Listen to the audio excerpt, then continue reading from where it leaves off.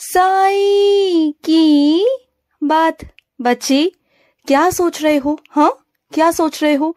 करने का समय वही है जब तुम्हें उचित लगे। जब तुम्हें जिस समय उचित लगे ना, वही काम उसी समय सही है। ये मत सोचा करो कि देरी हो गई या फिर बाद में करूंगा।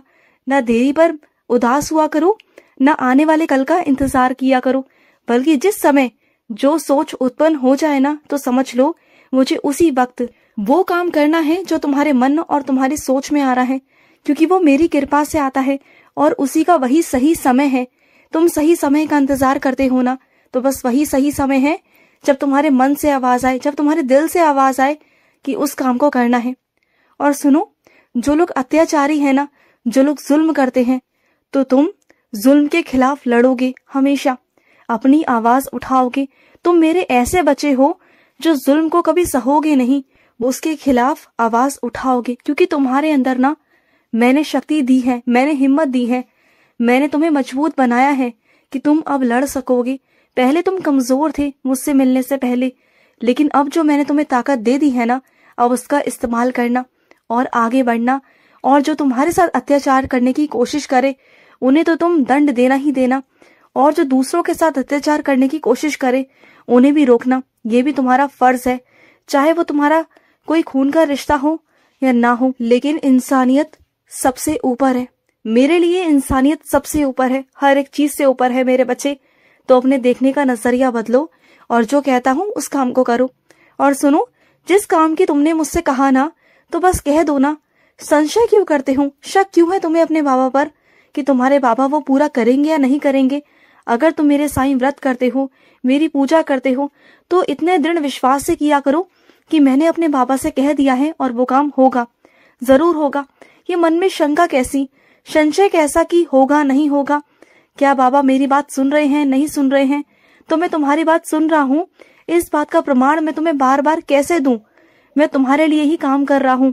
मैं बार बार तुम्हारे पास नहीं आ सकता, बार बार तुम्हें जवाब नहीं दे सकता, क्योंकि मेरे पास ना बहुत व्यस्तता होती है।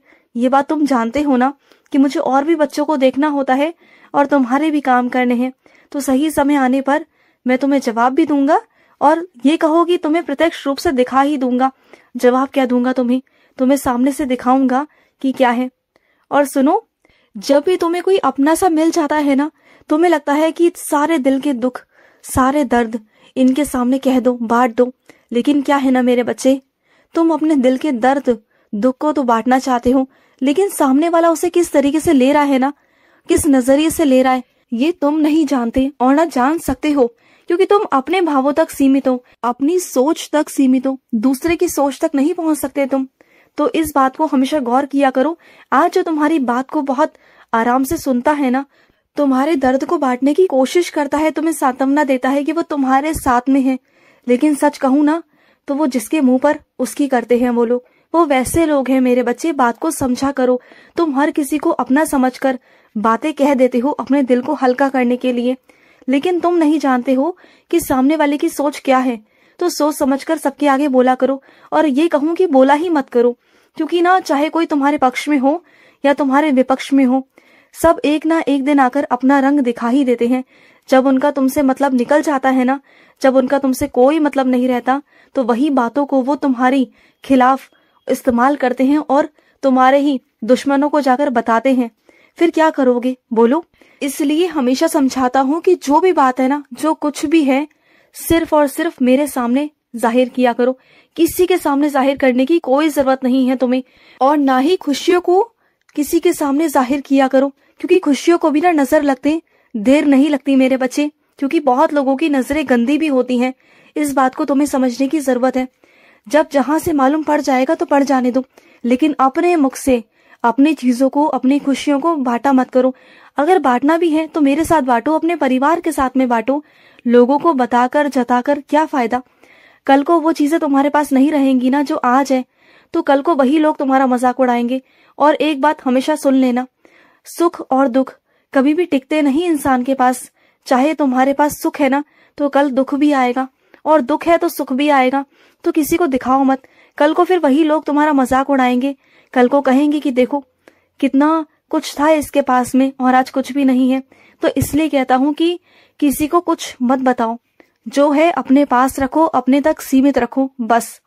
और सुनो, जो लोग दूसरों की मजबूरियों का फायदा उठाते हैं ना, ये बहुत गलत बात है, और उसे तो ना ईश्वर भी माफ नहीं करता, कोई माफ नहीं करता। तुम ये सोचते हो कि तुम सबसे ऊपर हो और सबको गुलाम बनाकर रखना चाहते हो, ये चाहते हो कि हर कोई तुम्हारे आदेश अनुसार चले, तुम जो आदेश दो उसके अनुसार सब कुछ हो। तो ऐसा नहीं होता मेरे बच्चे। जो ऐसा तुम्हारे साथ कर रहा है ना, वो खुद ही मेरा गुलाम है। तुम देखना, एक ना एक दिन उसकी जिंदगी में ऐसा वक्त आएगा ना, वो खुद मेरे चरणों में होगा, तुम खुद देखना। और तुम्हारी पथ, तुम्हारी लाज मैं बचाऊंगा, मैं रखूंगा, हमेशा से रखता आया हूं और आगे भी रखूंगा। तुम बिल्कुल चिंता मत करना। और सुनो मेरे बच्चे, अगर सामने वाला तुम्हारे प्रति नफरत पालता है ना, उसके मन में तुम्हारे प्रति नफरत है, लेकिन तुम्हारे मन में नहीं, क्योंकि तुम मेरे बंदे हो, तुम साईं के बंदे हो, तुम मेरे बच्चे हो, तो कभी भी ना तुम बैर से, द्वेष से कभी मत देखना। तुम्हारे अंदर लोभ नहीं, लालच नहीं। लेकिन अगर सामने वाले के अंदर है ना, तो रहने दो। वो खुद ही अपने अहंकार में ना इतना डूब जाएगा ना कि आने वाले वक्त में ना वो खुद ही अपने आप को तहस नहस कर लेगा, अपने आप को नष्ट कर लेगा। उसी का अहंकार उसे मार डालेगा, तुम देखना, उसे नष्ट कर देगा। क्योंकि उसका जो अहंकार है ना, वो उसे कभी जीने नहीं देगा।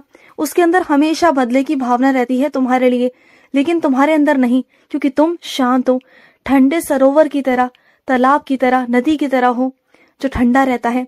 और जो ठंडा रहता है ना, वो कभी नहीं जलता, और जो जलता है ना, वो जलकर एक ना एक दिन खाक हो ही जाता है। तो तुम ठंडे बनो, ना कि जलता हुआ कोयला। तुम्हें जलना नहीं है। जो सुलग रहे हैं ना, उन्हें सुलगने दो मेरे बच्चे। तुम ठंडे हो, तुम मेरे बच्चे हो, तुम मेरे शरण में हो। हैरानी की बात तो मुझे ये लगती है, जो बच्चा तुमसे नफरत करता है ना, वो बच्चा मेरा भी है, मेरी शरण में है, लेकिन वो ऐसा है कि बस दिखावे का नाम लेता है, दिखावे की पूजा करता है, लेकिन उसके अंदर इतना जहर, इतनी नफरत। वो मेरी पूजा जरूर करता है, लेकिन मेरी बातों पर अमल नहीं करता। तो जो बच्चा मेरी बातों पर अमल नहीं करता, जो मेरे कहे रास्तों पर नहीं चलता, जो मेरे ही बच्चों से नफरत करता है ना, उसके साथ मैं कैसे हो सकता हूँ? चाहे वो मेरी शरण में ही क्यों ना हो, उसके साथ तो मैं कतई नहीं हो सकता, बिल्कुल नहीं हो सकता, कभी नहीं। मैं हमेशा सच के साथ था, सच के साथ हूँ। जहाँ विनम्रता है वहां तुम्हारा साईं है, जहाँ विनम्रता नहीं है वहां मैं हो ही नहीं सकता, बिल्कुल नहीं हो सकता। जो तुम्हारी दिनचर्या है ना मेरे बच्चे, उसमें कुछ अच्छी आदतों को जोड़ो अपनी, और जो बुराइयां है ना उसे खत्म कर दो। आने वाले नए साल में तुम जानते हो कि तुम्हें क्या क्या चीजें अपनी जिंदगी में जोड़नी है और क्या क्या चीजों को हटाना है। तो अभी से ही हटाना शुरू कर दो, क्योंकि नया साल शुरू होने ही वाला है मेरे बच्चे। तो अभी से ही इस काम को शुरू कर दो। अभी से करोगे ना तो आगे चलकर तुम्हें आसानी रहेगी। अभी से अभ्यास करना शुरू कर दो, आगे चलकर तुम्हें आसानी रहेगी। और सुनो, कुछ मेरे बच्चों के पाँव में ना बहुत सूजन है। तो सुनो मेरे बच्चे, गुनगुने पानी में ना नमक डालकर, उसमें थोड़ी उधी डालकर अपने पाँव रख देना। ये मत सोचना कि बाबा की उधी मैं पैर पर कैसे लगाऊं, मैं क्या करूं। सुनो, इस वहमों में मत पड़ना, क्योंकि बाबा की उधी बच्चों के लिए है, मेरे बच्चों के लिए। चाहे वो तुम्हारे हाथ हो या पाँव हो, जैसे मैंने तुम्हारे हाथ बनाए हैं वैसे ही मैंने ही तुम्हारे पाँव भी बनाए हैं। तो तुम क्यों फर्क करते हो इन चीजों में, जब मैं नहीं करता? जब मैंने कभी फर्क नहीं किया तो तुम किस बात का फर्क करते हो? हाँ, तुम्हें भी बिल्कुल फर्क नहीं करना है। तुम्हें जैसा कहा जाए वैसा करना है और ठीक होना है। सुन रहे हो ना? और सुनो, जब घर से बाहर निकलते हो तो मुझे प्रणाम कर कर निकला करो, और बड़े बुजुर्गों का आशीर्वाद लेकर चला करो घर से। और आते वक्त भी पाँवों को छुआ करो, मेरा आशीर्वाद लिया करो। खुश रहो। आज का साई संदेश समाप्त हुआ।